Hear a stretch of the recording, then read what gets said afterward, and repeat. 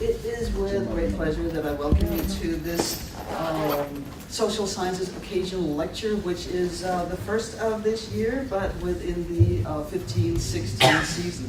And I am the chair of the series, and my name is Nina Rosenstein. I'm a professor here at Mesa at the Social Sciences Department. I teach philosophy. So I am very happy to be able to introduce our speaker, who is Candace Katungi, and she is professor of Black Studies here at San Diego Mesa College, and she has 2 masters in Africana Studies and U.S. History from UCSD, and she is working on her PhD coming up very soon, I understand, from Cornell, where she also published a while back a history of Africana Studies at Cornell.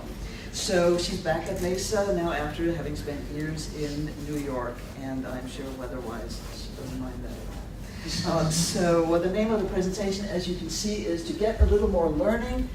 Sarah Harris Fayerweather, I hope I said that right, and the Freedom-Centered Pedagogy of Black Women Abolitionists, and that gives me, of course, also the opportunity to say that this event is co-sponsored by Black History Month. Candace.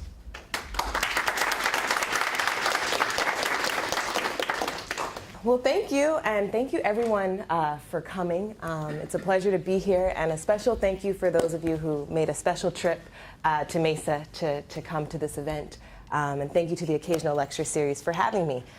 This is my first kind of speaking engagement at Mesa, so I'm happy to do it, and happy to do it in conjunction with Black History Month. I'm new here to Mesa, and very excited about being here, and very excited to share some of my research on Black women abolitionists. So the title of this talk is To Get a Little More Learning, Sarah Harris Fayerweather and the Freedom-Centered Pedagogy of Black Women Abolitionists. I will say that's a much older picture of Sarah Harris Fayerweather. We'll be talking about her when she's in her 20s. This lecture has evolved a bit from when I first proposed it back in September. When I was invited to give a lecture, I knew that I wanted to focus on Sarah Harris Fayerweather. And sometimes I might call her Sarah Harris just because when I look at records, that's what her name is until she actually gets married. So just know that if I call her Sarah Harris, that's why that's happening. So I knew I wanted to focus on Sarah Harris Fayerweather. She was a student at the first high school for African American women in the United States, which was established in 1833 in Canterbury, Connecticut. Her story is one of courage and determination, and it's also one that reflects the overt challenges to Black education and the depths of racism against free Blacks and their white allies during the antebellum period. And antebellum simply means before the Civil War. Sarah, the other students, and their white teacher, Prudence Crandall, all faced violent opposition simply because these young Black women wanted to go to school. Sarah Harris Fayerweather went on to become a celebrated activist. She was a teacher, she was an abolitionist, and she was an amazing shepherd for the Underground Railroad. More importantly, at least for the purposes of this talk, her evolution as an activist was directly related to her focus on education, race pride, and self-determination. But she wasn't alone. She was part of a much larger network of Black women activists who had a freedom-centered approach to teaching and learning that was directly connected to their goals, efforts, and achievements within the radical abolitionist movement. This here is just a picture of Prudence Crandall centered, and some of the articles that were spanning around when she was advertising for her school. And her school was advertised for young ladies and little misses of color. So Sarah was part of a much larger network of women, women like Clarissa Lawrence, who was the headmistress of the first school for African Americans in Salem, Massachusetts. That was established in 1807. She was also president of a mutual aid society for Black women. She was vice president of the Salem Female Anti-Slavery Society for several years. And she also spoke at the Third Anti-Slavery Convention of American Women, and that was held in Philadelphia. And that was a huge feat for Black women, and I'll get to why exactly that was. Sarah Harris was also a contemporary of women like Mariah Stewart, who was the first American woman to speak publicly against racism. She was a teacher and Sunday school leader. She was also, many of you might know that, the first woman to speak publicly in front of a crowd of both men and women, which was considered a promiscuous act at the time. She was a member of literary societies in Boston and New York, and a corresponding delegate for the first anti-slavery convention of American women in New York City in 1837. Women like Susan Paul, who was a teacher, a leader of an anti-slavery juvenile choir that would sing songs of freedom at the local and national abolitionist meetings, anti-slavery meetings. She was secretary of the Boston Female Anti-Slavery Society, and she was a biographer. And that's actually a picture of her biography of a young student, James Jackson. So she was very committed to also telling the story of who she educated. He died at a very young age, but she wanted to remember him and all of his brilliance at such a young age. So some of my questions are, who were these women? What did their activism look like? And how did their approach to teaching and learning guide their anti-slavery work? Another major question is, why don't we know about these women? These women's activism was intimately connected to education. These women were intellectuals, they were lifelong learners, they were critical thinkers, they were community teachers. These women were especially significant when it came to the political education of other black women, which fueled their participation in the growing abolitionist movement. These anti-slavery educators were also instrumental in teaching many of the children who would become the future leaders of the movement.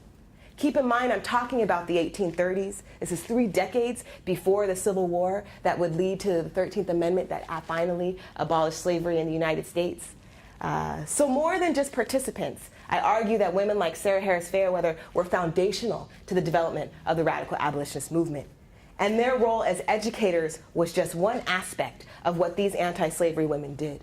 They were spiritual leaders, community service workers, not to mention members of official anti-slavery organizations once they began to form. And I should say that the first female anti-slavery society that was formed in the United States was formed by black women in Salem, Massachusetts.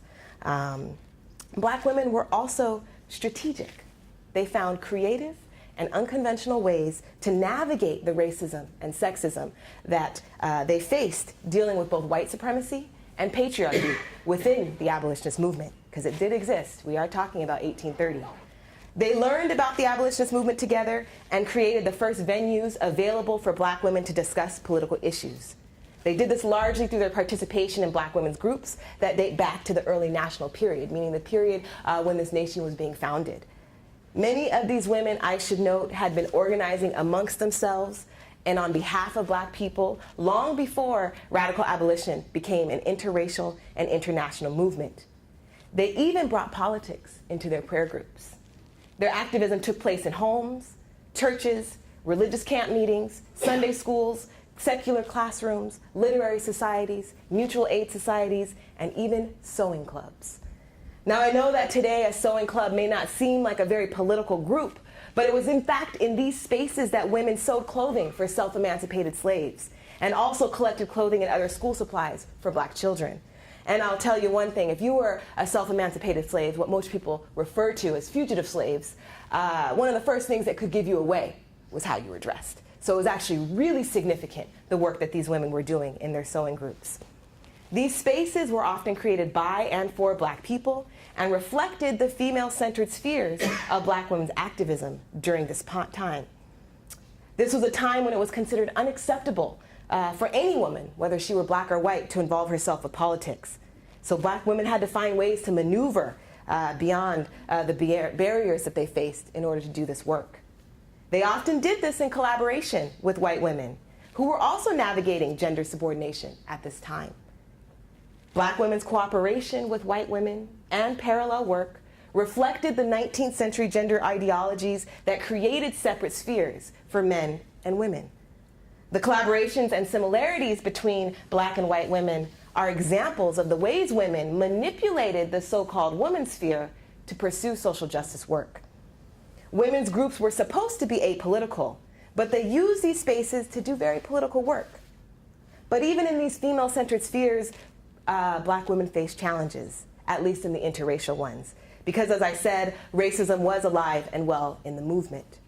So some of the most profound political work actually came when black women were organizing simply amongst themselves. It was, for example, the African American Female Intelligence Society, a Black Women's Literary Society in Boston that gave Mariah Stewart, her first venue to speak. A speech in which she argued Black women had an important role in the Black freedom struggle as teachers and spiritual leaders. So while I will be focusing largely on Sarah Harris Fayerweather's role in the establishment of this school, which I will get to, I will also be sharing a few nuggets here and there about her connection to this larger network of Black women activists who saw education as a primary tool for liberation within the larger struggle to end slavery and gain civil rights. I should say, when I'm talking about radical abolition, I'm talking about the movement that called for an immediate end to slavery in the United States. But it was a twofold, there was two prongs to this. It also called for the end of racial discrimination and segregation, at least in theory. And I say in theory because many of the white abolitionists were not as committed to this second piece of the radical abolitionist movement as the Black abolitionists were. There's another important question, I think I already said this, and that's why don't we know about these women? And there's a lot of arguments, a lot of assumptions that Black women were simply just not there, that they simply were not able to penetrate these spheres. But that was actually quite untrue. And we'll see that through the example of Sarah Harris and some of the other women that she worked with. So let me tell you the story of Sarah Harris Fayerweather and the school for Black women, the first school for Black women that caused crazy uproar in the town of Canterbury, Connecticut.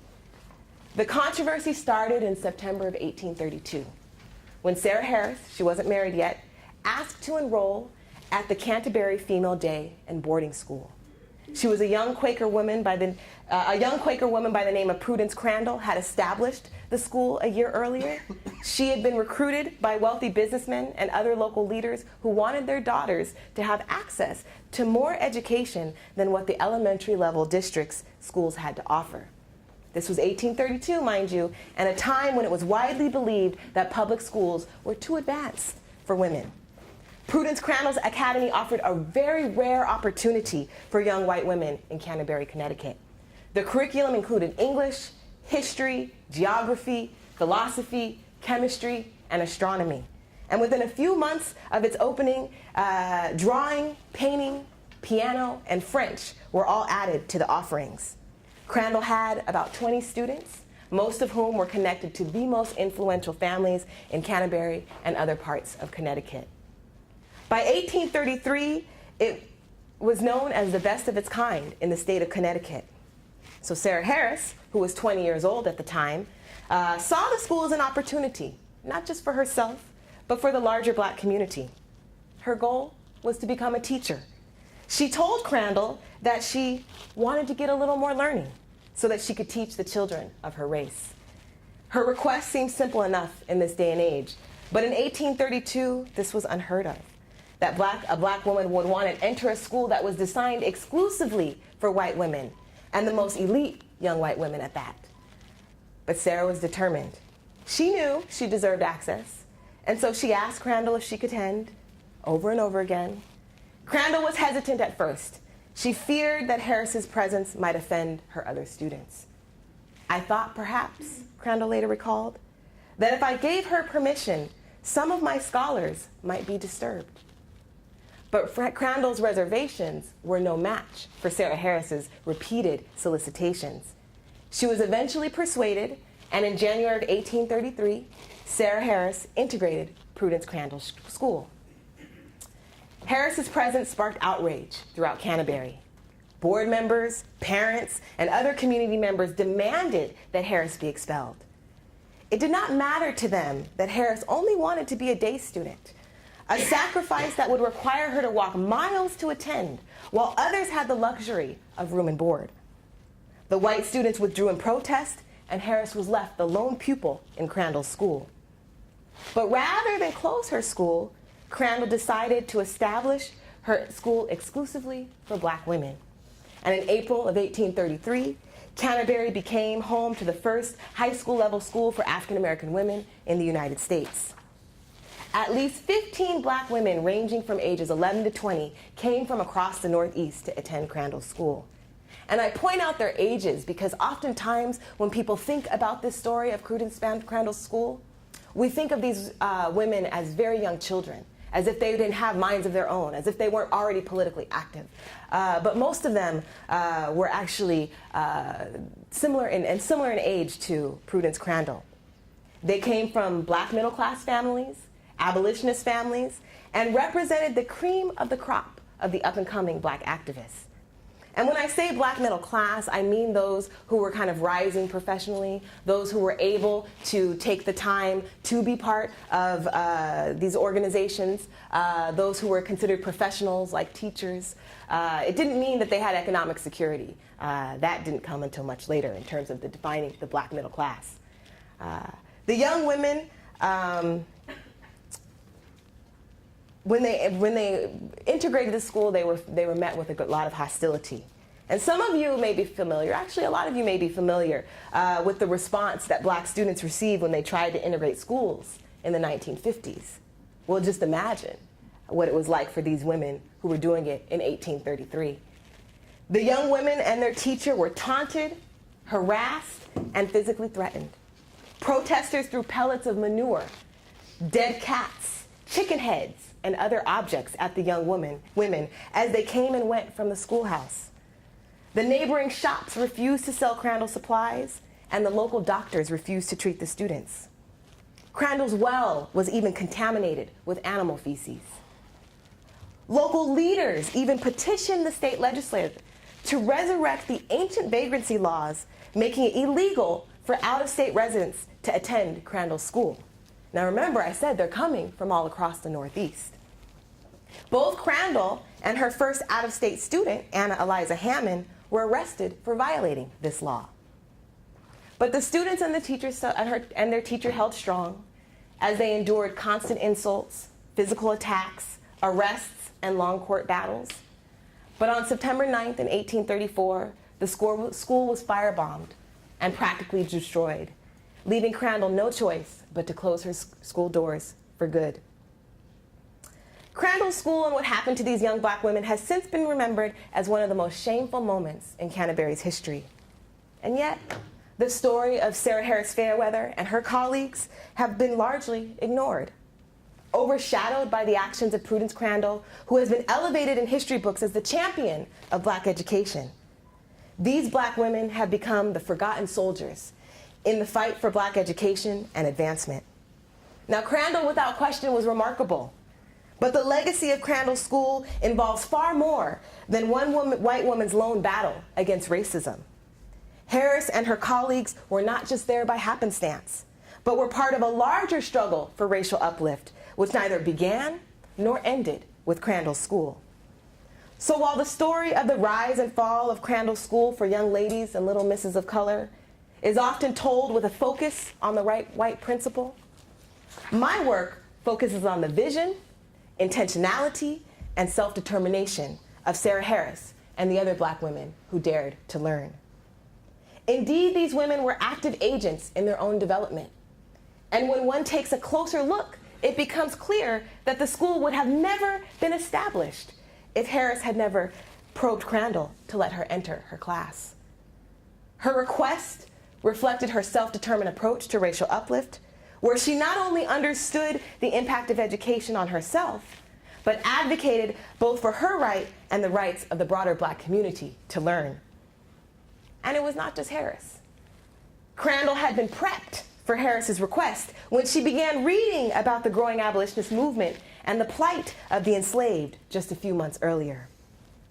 A young black woman named Mariah Davis loaned Crandall a copy of The Liberator, which was the leading abolitionist newspaper at the time, edited by William Lloyd Garrison from Boston, Massachusetts. He was considered the leader, and many who know about the abolitionist movement, if they know anything, they know William Lloyd Garrison and The Liberator. Up until this point, I should say, Mariah Davis was a domestic servant in Prudence Crandall's home, and that's how they knew each other. And up until this point, Crandall admittedly was oblivious to the conditions and status of black people nationwide, let alone what she could do to help. Crandall would later write that save reputation, she knew very little of the Friends of the Negroes called Abolitionists.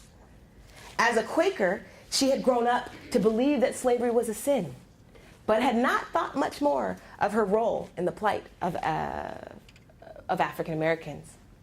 Her parents were both members of the American Colonization Society, an organization that was both anti-slavery and anti-black. Their philosophy was that the best way to deal with slavery was to remove black people from the United States and send them to Africa. Many of the most forceful opponents to Crandall's school were members of the Connecticut branch. And I should say that many of our early radical white abolitionists were sympathetic to the American Colonization Society, even people like William Lloyd Garrison, who had to be radicalized by African Americans. So Mariah's intervention with the Liberator had a profound effect on Crandall, opening her eyes to a world of activism that she never knew existed. Years later, she reflected that in that the condition of the colored people, both slaves and free, was truthfully portrayed, the double dealing and manifest deception of the Colonization Society were faithfully exposed, and the question of immediate emancipation for the millions of slaves in the United States boldly advocated. That was in 1869, when she was remembering how important that one moment where she read The Liberator was for her. Sarah Harris, however, was well-versed in the issues impacting black people. Like most African Americans who had access to The Liberator, Harris was an avid reader, keeping herself abreast of what was happening to, for, and by black people. She came from a very political family. Her father, William Harris, was actually the local distributor of Garrison's Liberator. And it was through him that Mariah Davis likely got the copy that she gave to Crandall. There has been little probing on the significance of Mariah's intervention or the possible collusion that took place between Sarah Harris in what was likely a tag team effort to prime Crandall to open her school doors to black women. The two women were not only just good friends, but soon to be sister-in-laws, as Davis was engaged to Sarah's younger brother, Charles. The two actually had a joint marriage while they were still students at Crandall's school. That's when Sarah Harris becomes Sarah Harris Fayerweather. So this is another reason that it is probable that Mariah Davis got her copy of The Liberator from Sarah Harris's father. So there's no question that The Liberator opened Crandall's eyes to the condition of African Americans in the United States and got her thinking about the ways she can involve herself in the larger struggle for black freedom.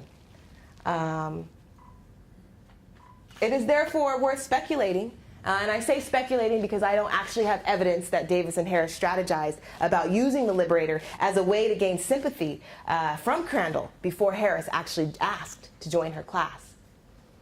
But whether intentional or not, Mariah Davis laid the foundation for Harris to ask if she could join that class.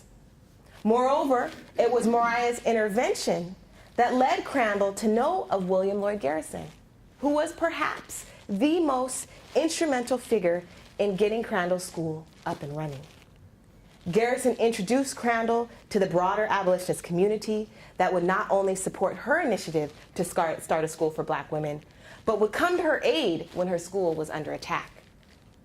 Garrison introduced Crandall, for example, to Elizabeth Hammond, a member of the Philadelphia Female Anti-Slavery Society, who not only sent her own daughter, Anna, but personally introduced Crandall to other abolitionist families outside of Connecticut that would send their daughters to Crandall's school as well.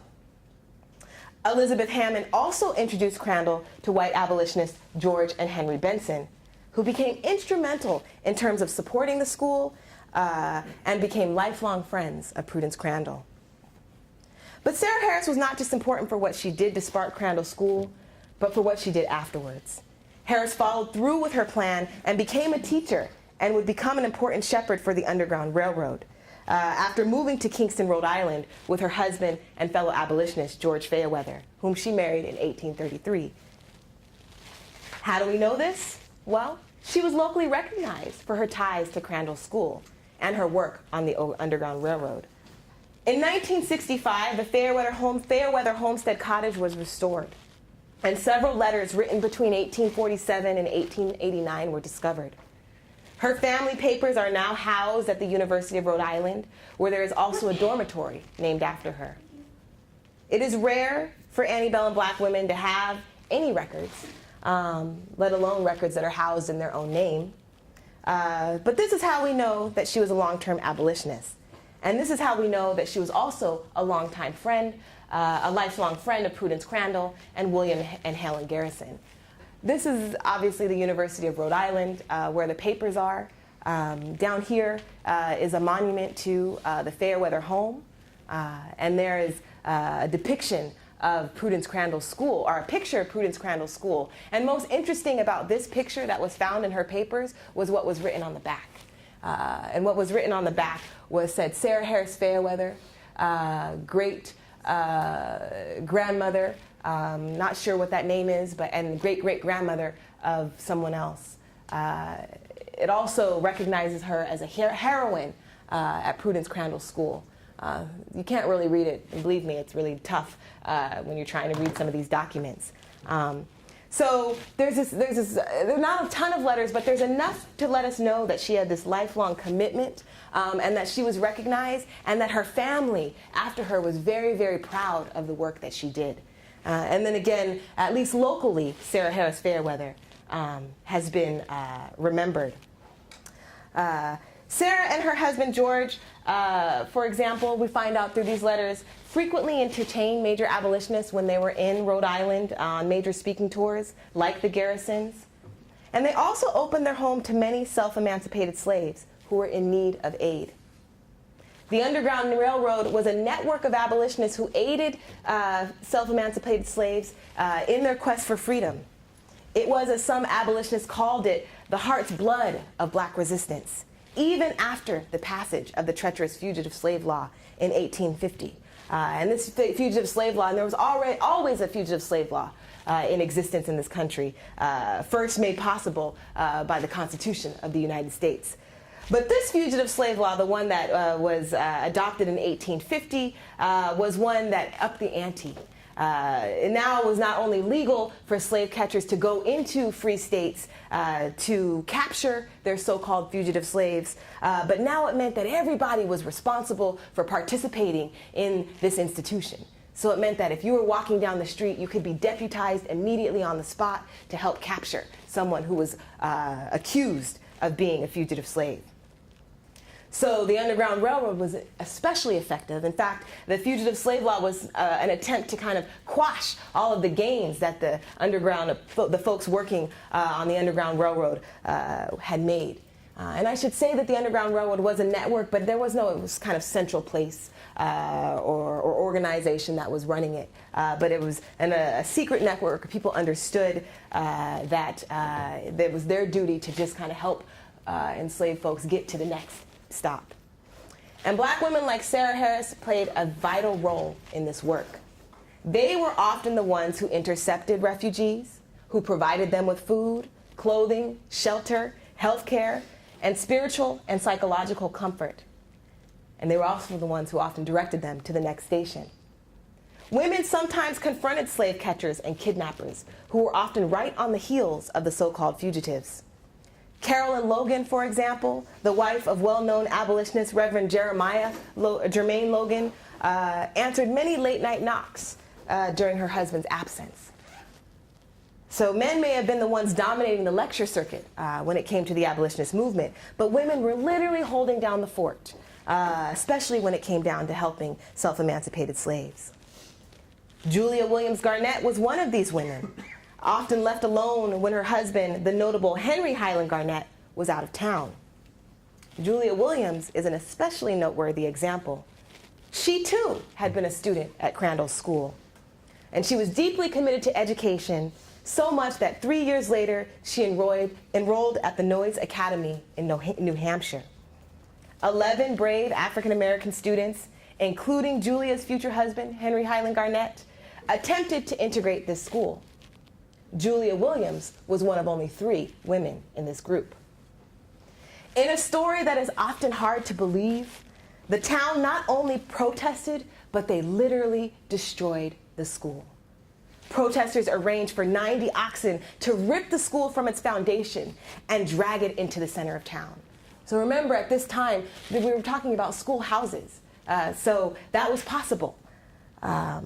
This act was not only destructive to the building itself, it was another telling moment about black freedom in the North. Though free, they were under extreme oppression, surrounded by whites who would stop at nothing to suppress their ability to advance. The symbolism itself of ripping the school from its foundation was one that was meant to send a message that black education would not be tolerated, and integration surely wouldn't be tolerated. And yet black people, men and women, continued to pursue education, which they saw as inseparable to their quest for freedom. And it was not just in formal spaces that black women sought education. Indeed, the opposition to black education meant that alternative and often informal spaces of learning was all that these women had, and they certainly made the most of it. I'm talking literary societies, like the African American Female Intelligence Society, where Mariah Stewart first got her break in terms of her first speaking engagement. These groups were rising throughout the Northeast, where women were thinking critically and dialoguing about current issues that were impacting black people, and also talking amongst each other about what the role was for black women at this time. Mariah Stewart, as some of you may be aware of, was one of the most passionate when it came to talking about the roles of women in the struggle for racial uplift. And my slides are out of order, but we'll just work with it. She said, "Oh, woman, your example is powerful. Your influence is great. It extends over your husbands and over your children throughout the circle of your acquaintance. It is you that must create in the minds of your little girls and boys a thirst for knowledge, the love of virtue, the abhorrence of vice, and the cultivation of pure heart." These were just some of the words that Mariah Stewart spoke. And remember, I said she was the first woman to publicly speak on issues like this. And she was not accepted readily. In fact, she was actually ran out of town, not by whites, but actually by fellow black abolitionists who did not accept a black woman speaking out in this way. So the type of oppression that I'm talking about that these black women had to navigate came from all sides. And then these women didn't always agree. So these weren't just spaces of indoctrination.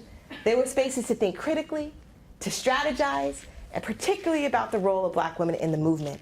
And one example of the ways that these groups were not monolithic was that Mariah Stewart, on her own doing, went to William Lloyd Garrison and got her speeches published in The Liberator. And The Liberator was open to writings by black people, but Stewart was a woman, so this was a little different. Garrison had just implemented a ladies section in The Liberator, and Stewart jumped right on that opportunity. And we see her speeches appear as serials. So you get kind of half of it in one volume, and the next half in another volume. That's how we know that her record survived, at least the first half. She would later go on to republish her work when she was in her 70s. But after her speeches appeared, especially the ones where she spoke in front of black male crowds that were clearly in opposition. William Lloyd Garrison, he writes in The Liberator that he needs to make note that these are not the opinions of all the women of the Boston female, or the African American Female Intelligence Society, which shows that even within these women's organizations, black women were not clear. They were always kind of dialoguing about what the roles were. So they weren't monolithic, but they were places of communal learning. The discussions revolved largely around what they were reading in the black and abolitionist newspapers. Here's a look at some of the most important black abolitionist papers.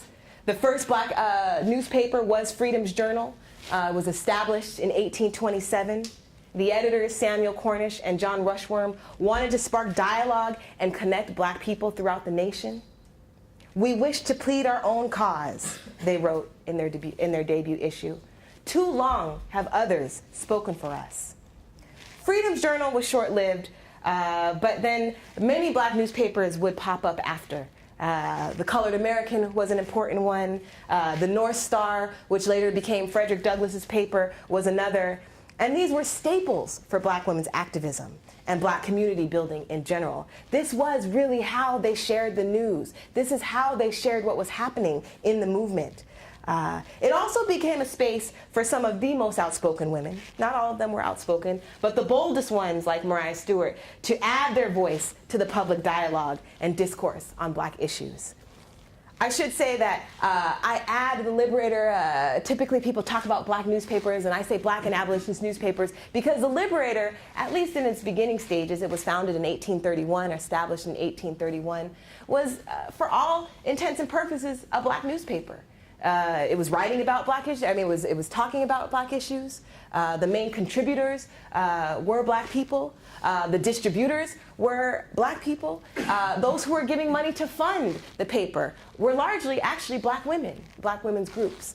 Clarissa Lawrence actually, and I wasn't able to scan this receipt, but there's actually a receipt in the 40s that Clarissa Lawrence writes where she donates money to the Liberator. So the black newspapers are important, and they become a venue for African American women to think and talk about these issues and to educate themselves. And one of the women who was definitely a part of this was a woman named Susan Paul, who I've already mentioned. Susan Paul was a leading member of the Boston Female Anti-Slavery Societies and one of the first women to become a life member of the New England Anti-Slavery Society. And that was really significant because this society was founded by men. And it took time for it to be integrated with women. And so she was one of the first. And she was actually sponsored by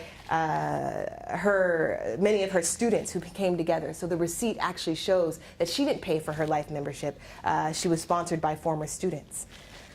Clarissa Lawrence, as I mentioned, is another important example.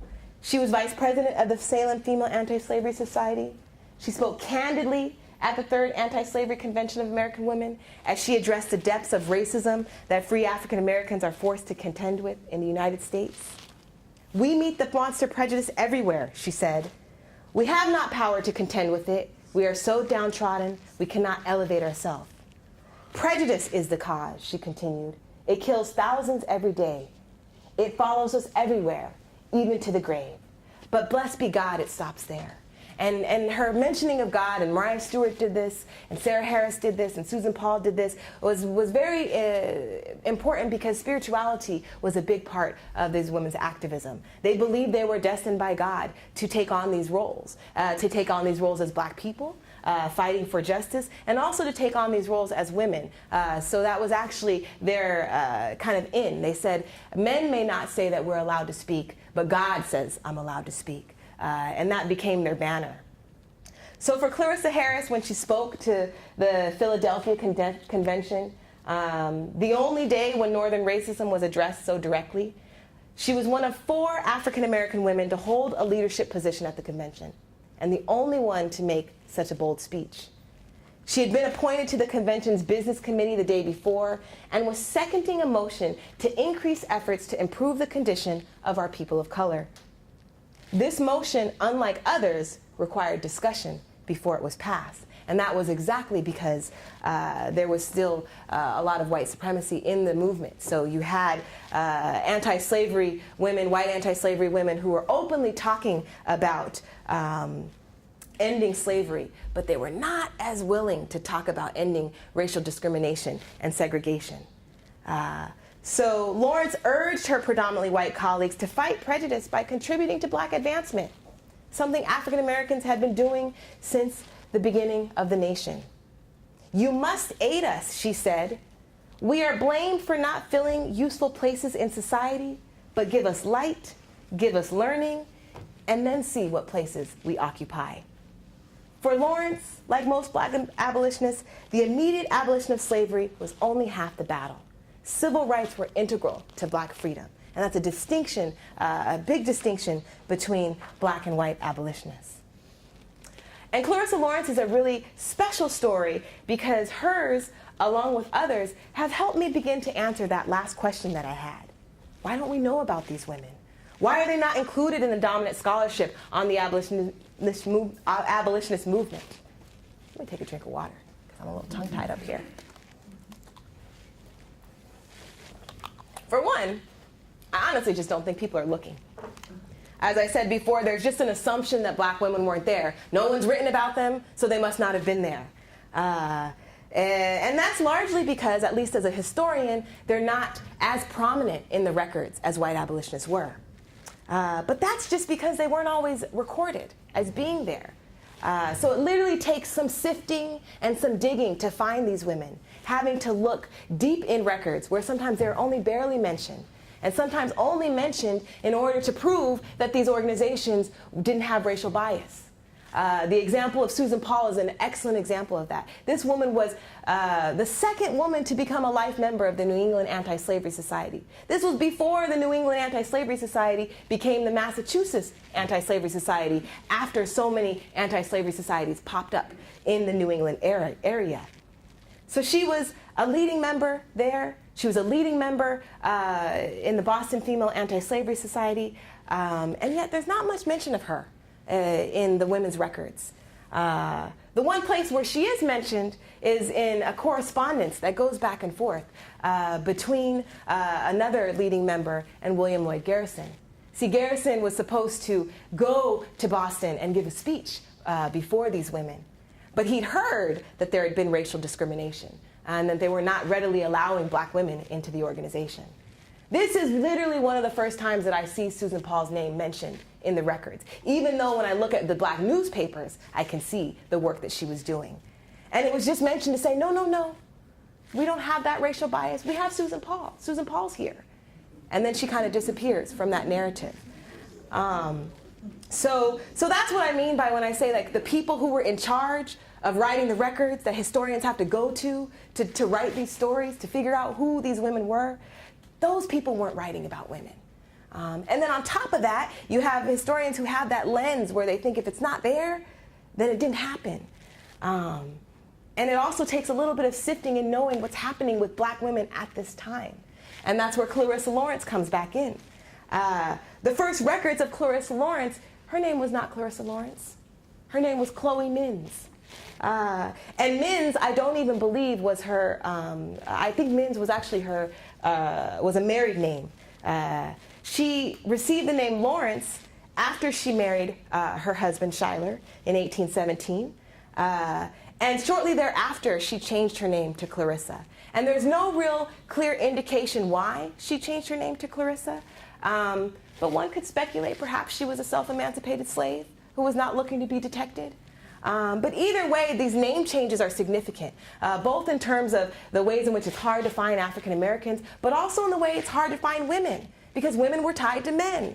And so if you lose a woman's name, it's hard to follow her. And so with the example of Clarissa Lawrence, when I say she was the headmistress of the first school for African Americans in Salem, Massachusetts, she was the headmistress when she was known as Chloe Minns. And that's significant because most people actually don't make the connection that Chloe Minns and Clarissa Lawrence were actually the same person. And that is quite significant because it shows just how early these women were invested in education and the way they moved it forward. In fact, when she went to the third, and this was the final anti-slavery convention of American women, because after that, women were allowed to be part of the American anti-slavery conventions. It took about a decade for them to be integrated into those conventions. But at the last one, she looked, and when she finished that speech, she said how happy she was to see the young folks, to see them doing what they were doing. So she was an elder in the movement by this time. In 1839, she was an elder in the movement. And so many of the women that I look at were elders in the movement. And that's why I call them pioneers. That's why I see them as foundational. So Clarissa Lawrence's example, I'll end with Clarissa Lawrence's example because it is one that I think kind of sums up the ways in which it's so difficult to find black women, but the ways in which we actually have to do the work because they were there. And there's an important story to tell about these women, not just about their role as educators, not just about their role as spiritual leaders, not just about their role as abolitionists, but the way they infused all of those things together. because for Black women, all of that mattered in their pursuit of freedom. So I hope that you've enjoyed learning just a little bit about some of the women that I study, and I hope that that encourages you that when you're reading history books and you don't hear about Black women, especially in the early period, in the early national period, the antebellum period, don't just assume they're not there. They might actually have been there. And maybe some of you will look to carry on some of this work that I and so many of my mentors before me are working on. Thank you.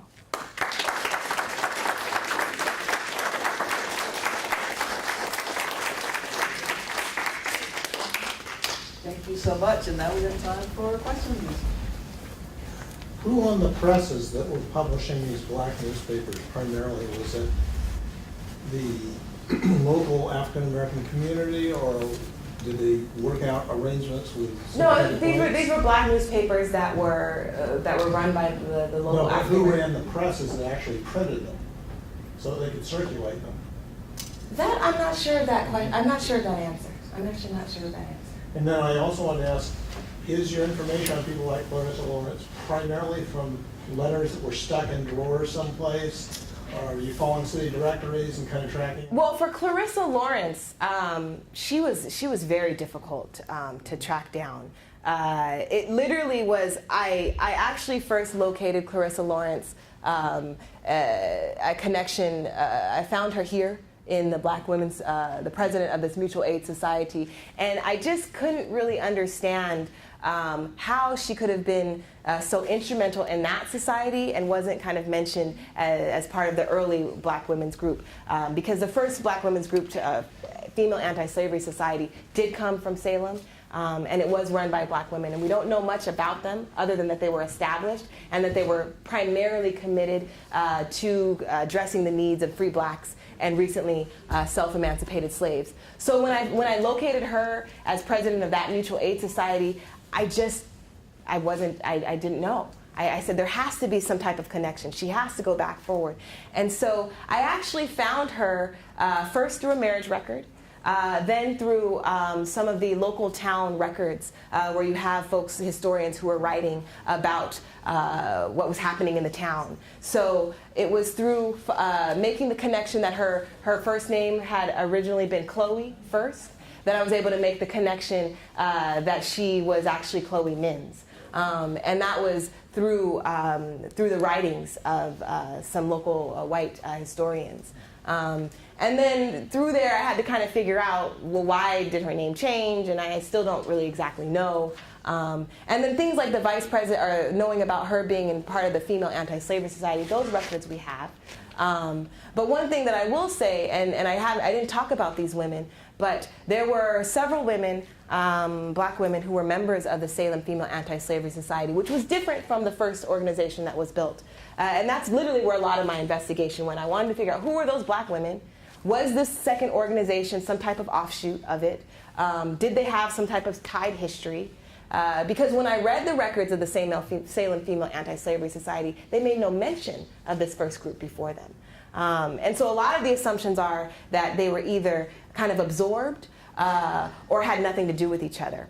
But then when I looked deeper, I saw that two of the members that were part of the original society were actually in the membership lists of the Salem Female Anti-Slavery Society. So those original women were there.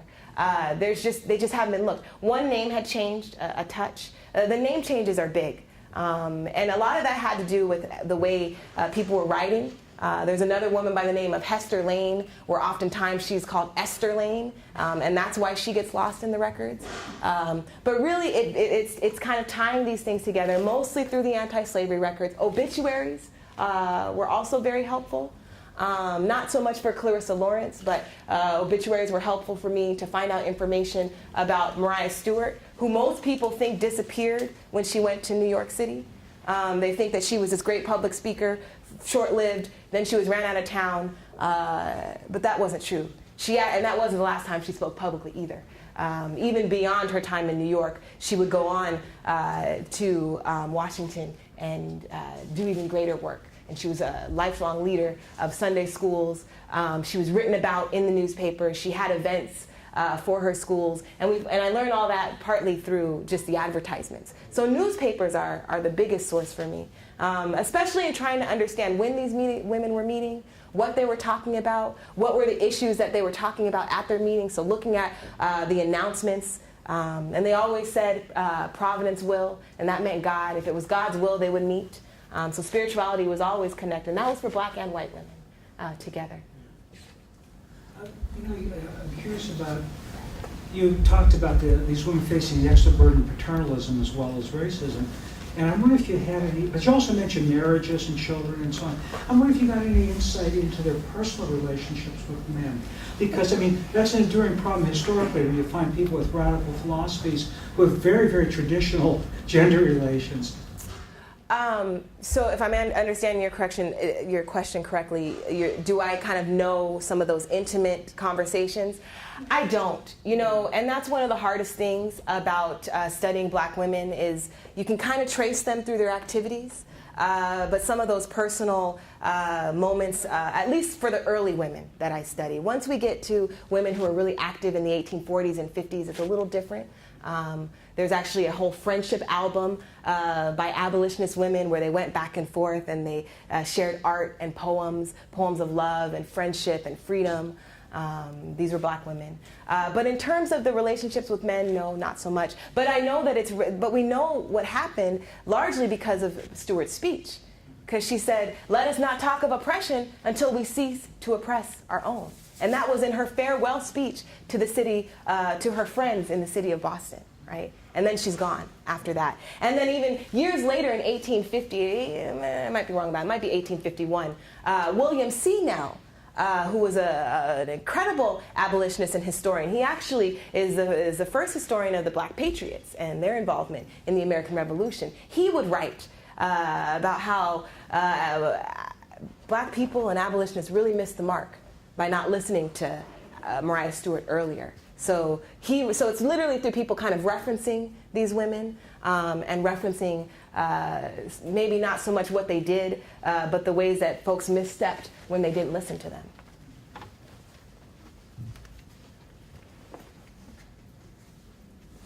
One thing that might be highlighted for the students here is that segregation is born in the North, not in the South. So that when we're talking about African Americans in the North, we're dealing with a world where segregation is entrenched almost from the time of independence. From the time of independence, exactly. Those of you who may not know much about slavery in the North is that it ended gradually, number one. There was not an immediate end to slavery. Oh, in Massachusetts there was, but there weren't a lot of slaves in Massachusetts. But there was a gradual abolition, and that's what I mean by saying that many of the white abolitionists, they had to be pushed to become immediatists. They had to be pushed to become radical because the gradual approach was what the model was. And when I say gradual approach, I mean that after a certain, you can take Pennsylvania, for example. After the gradual abolition laws are passed, it meant that if you were anyone who was born after that, who was enslaved, they had to be an indentured servant until the age of 28. So you still get the major work years out of African Americans. And of course, segregation, Jim Crow segregation starts there.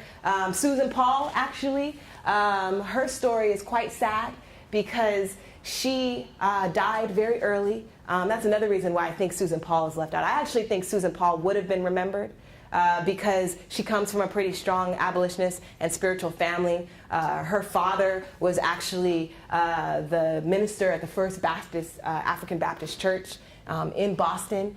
So she has like a long legacy of political work. And at this time, the churches were the centers of political activity, the black churches were. But she died early. She died at the age of 32. And she died of consumption.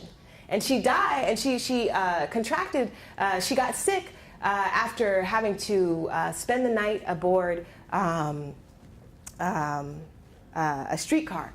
In terms of when she was traveling and she was in a segregated car and she had to be above, and it was a stormy night, and so she gets very ill after that. And so her life is kind of cut short in many ways by segregation because she wasn't allowed to be in the lower cars. Yes? Did any of their paths cross with Sojourner Truth, who would come about a decade later?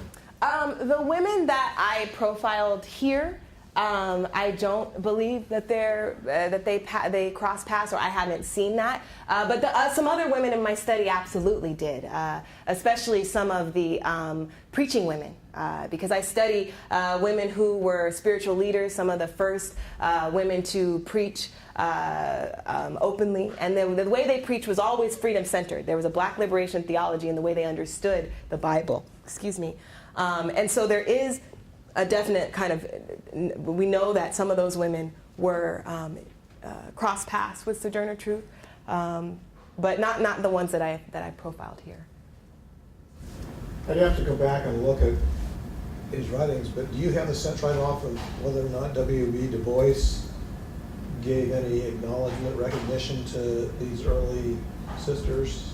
No, that I don't know of. I mean, I haven't. I doubt it. I think I would have noticed that.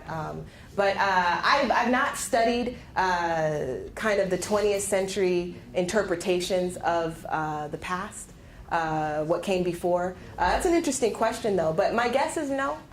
Because I've read, before I have to say I started my kind of interest in black history in the 20th century. So I didn't actually get introduced to these women until I literally took a class called, like, With Pen and Voice, Black Women Abolitionists or something like that. Amazing, brilliant professor of mine. So I remember being in graduate school, and I remember reading these women's work for the first time. And I remember hearing their names for the first time. So much that it was oftentimes hard for me to even remember who they were when I first started learning about them, because these names were the first time, it was the first time I was hearing these names. So my guess is no, because I think that I would have made that connection, but I also haven't studied that either. I hope that you will publish your dissertation so that it can be disseminated widely, because this is seminal research. Yes. And W.E.B. Du Bois, or probably none of those folks knew about it. You are the one who's digging this out. And congratulations to Well, you. thank you. And I have to say that, you know, people come before me. You know, my advisor actually wrote the seminal work on Sojourner Truth. It's like a 500-page look at her. It's called Sojourner Truth's America. So I'm definitely not the first to kind of unearth these sources. And in many ways, I'm following on the footsteps of those who have started to look at these women, right? So people who recognize that Clarissa Lawrence was at this convention, because that wasn't always recognized, right? When I say you have to, how I look at these sources, many people read the minutes of the Anti-Slavery Convention and can skip right over her interjection, as it was. And it wasn't just an interjection, it really wasn't. She had a speech. She got up and she made a speech. And everybody listened because everybody knew who Clarissa Lawrence was. So I found out from other scholars, right, about that. And then it was literally saying, but it can't end there. In fact, my journey actually began with Mariah Stewart. I call her Mariah. I know that her name is written Maria because in many of the records that I've seen, there was an H on the end of her name. So it's just, that's the way I see it in my head when I'm thinking. But officially, her name is spelled, at least in many of the official kind of publications, Maria.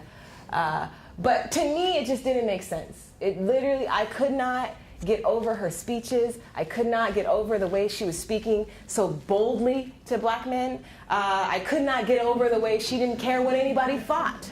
She literally, I mean, she was saying the same types of things that David Walker was saying. Rise up. Let's take this by force. And she was literally finding a role for black women in that as well. So people had a problem with that. And I couldn't imagine that she just disappeared. And so that's actually how I started looking at the specific things that women were doing, which I didn't really get into it here, but part of my dissertation really argues that the work that these women was doing was political in ways that is often not acknowledged, right? You know, people don't think of preaching women as political agents. People don't think of women who are getting together and sewing clothes as political activists, but they were. And that's part of the problem where I say, yes, they're not in the records, or they're there. They're hard to find, and sometimes it's piecemeal, and sometimes I have to talk about one woman and maybe make some inferences based on who she might have been in touch with. But they're there. They're absolutely there. And I knew that she couldn't have disappeared so easily. What it was is that people don't think that the work that she did was political anymore. It was so exciting that she was doing what women weren't supposed to be doing, right? It's exciting when she's getting up and she's speaking publicly, right? But she was speaking publicly about the work that black people needed to go do. And then what did she go do? She went and did that work. And then on top of that, and this is the most incredible thing, and we see this with lots of women, and there's an excellent book, and it doesn't look at the 18th or it doesn't look at the 18th and early 19th century like I do, but it's called Autobiography as Activism. Telling your own story, you know? And it looks mainly at women of the civil rights movement, women of the Black Power movement, but that same theory, right? Who's gonna write your story? Who's gonna write it? And we can see that even with the women's movement. I mean, the women's movement, there were all types of, and I'm talking about the 19th century before we get to the 20th century, all types of factions. Those who actually win write the records. And black women didn't have the control. And then you have the added point that the women that I'm talking about were absolutely extraordinary, right? Because of their level of education, many self-taught, many learned to read from the Bible. And that's how spirituality was so intertwined. That's why Sunday schools are up there in my list of political activism, right? Because that's the way they educated each other, was in these Sunday schools. But that's one of the reasons why I really try and look at what women were doing. And I talk about the women's sphere to acknowledge the gender roles, but then I want to say the way we think about the women's sphere, like it's just private, women aren't doing anything, they're not thinking beings. These women were mothers. They were wives, they were sisters, like they didn't exist, men didn't just exist by themselves. And that's another really important thing about the abolitionist movement and black abolitionists, is black abolitionists, they were black abolitionist families. You know, a lot of times people look at the men, right? People know about Henry Highland Garnett, but they might not know about Julia Williams, right? And know that she was at the same school that he was. And in fact had come from a treacherous situation earlier, right? Just think about that. Both of your schools are destroyed, and then you still go on to fight the fight. So these women were extraordinary. The ones who were able to read and write have helped us kind of understand the lives of the ordinary women that weren't able to do that. But what we know is that even though these ones are the ones that we can highlight, that they were working with masses of black women, right? These organizations had lots of women, and the mutual aid societies especially were critical for sustaining the livelihood of these early black communities because there was segregation, there was incredible oppression, they didn't have a lot of opportunities. So you couldn't, if you got sick, what do? You go to your community, you go to your mutual aid society because there's a fund there. Someone dies, what do? How do you bury them? And black people always felt very compassionately about proper send-offs. So how do you do that? You go to your mutual aid society. And so those types of organizations, sometimes when you read the history of black activism, they don't get as much credit. They don't get as much credit as those who are on the speaking circuit, right? So that's why I think Mariah Stewart is highlighted for her speaking when the actual work that she's telling everybody to do, nobody knows about. Nobody knows that she worked until she was 76 years old. Which is a very long life. Yeah, she lived a long life. And on top of it, she was also a nurse. I don't even get to that because I don't deal with after the Civil War. Seriously, right? She was the Freedmen's Hospital that was established by the Freedmen's Bureau after the Civil War. She was a nurse. Mariah Stewart was the most I love her. Anybody who's been in my class knows how I feel about this woman. Her and Ivy Wells, those are my ladies. But yeah, they were there. They were just doing a different type of work.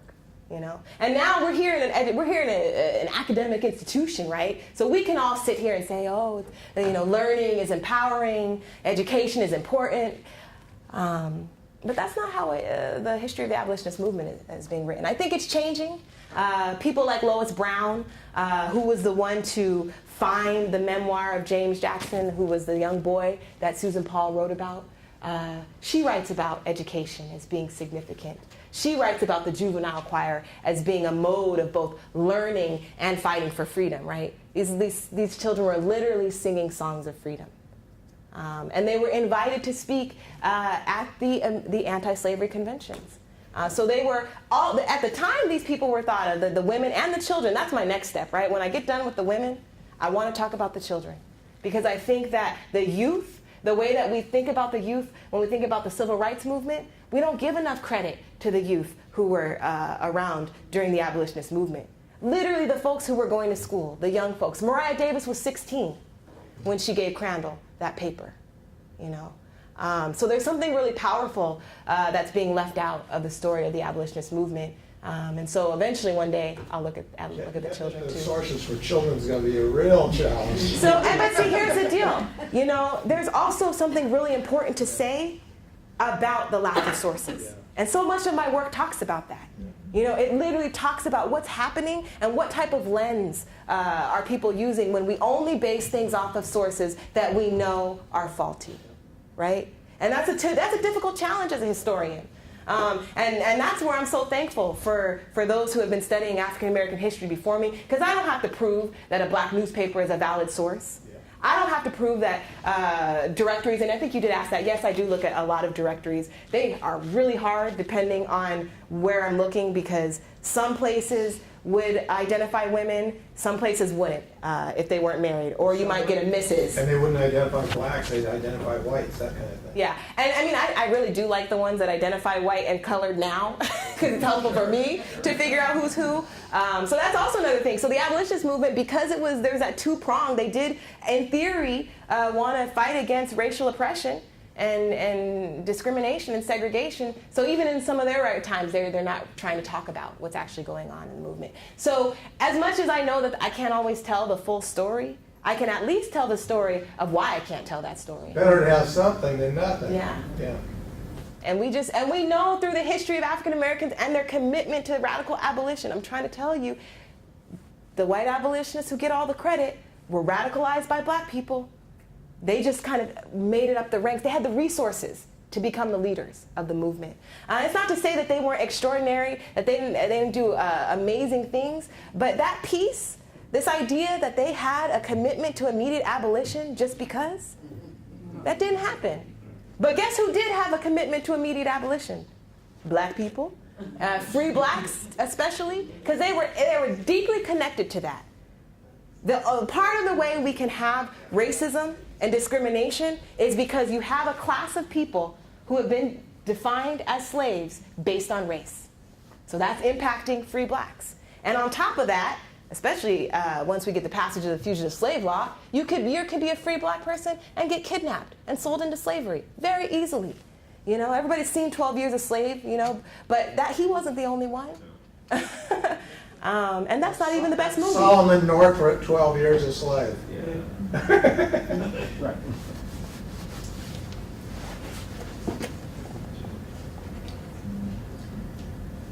Any other questions? I do have a comment because it's just, I find it, well, for one thing, I find this wonderfully fascinating, but also because we've got Women's History Month coming up. And it is so relevant in that venue also.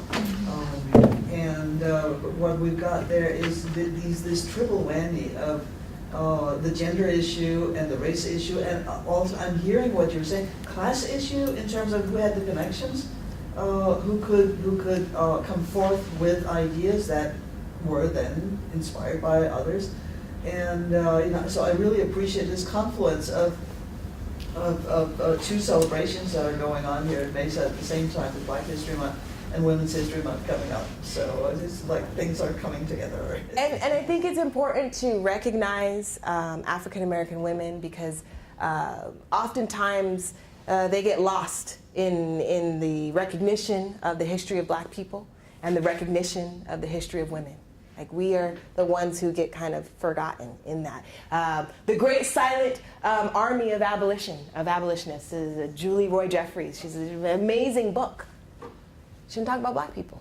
She didn't talk about black women. I mean, she's talking about women, I should say that. Her book is about white women who weren't acknowledged for their work in the abolitionist movement. So that's significant. And my ultimate goal, right, is that one day, right, we'll be seen as part of American history, right? That literally the whole history people will understand. Right now we're just trying to piece it out, but the history of African American women activists, educators, abolitionists, that's the history of this country. That's the history of this country. Get that dissertation done. I know. I just want to say thank you for bringing this to campus, because I think it's a conversation we oftentimes miss to forget, right? Especially if we're not consistent in taking different ethnic studies classes. And thank you, because I saw a lot of passion in you presenting this, and that really inspired and motivated me. So thank you.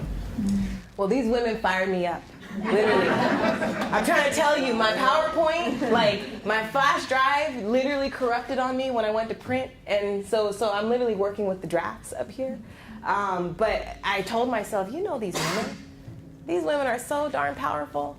I mean, I literally feel their spirit because I think about it. I think about just what was it like? Seriously, you're getting manure thrown at you.